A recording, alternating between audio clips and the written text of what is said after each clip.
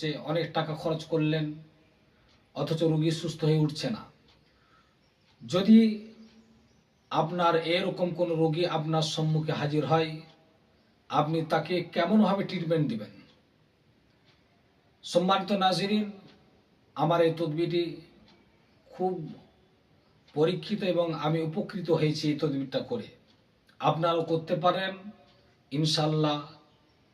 আল্লাহ যদি চান আপনি উপকৃত হবেন এবং আপনার রোগীও সুস্থ হবে।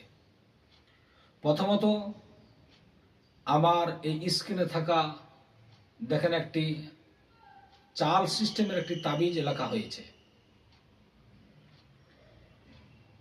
এই তাবিজটা আপনি মোট 8 পিস করবেন। আপনার বাজারে গিয়ে দশকর্মার দোকান যেগুলো আছে ওইসব দোকান দিয়ে আপনি ভালো ফ্রেশ ভোজপাতা নিয়ে আসবেন।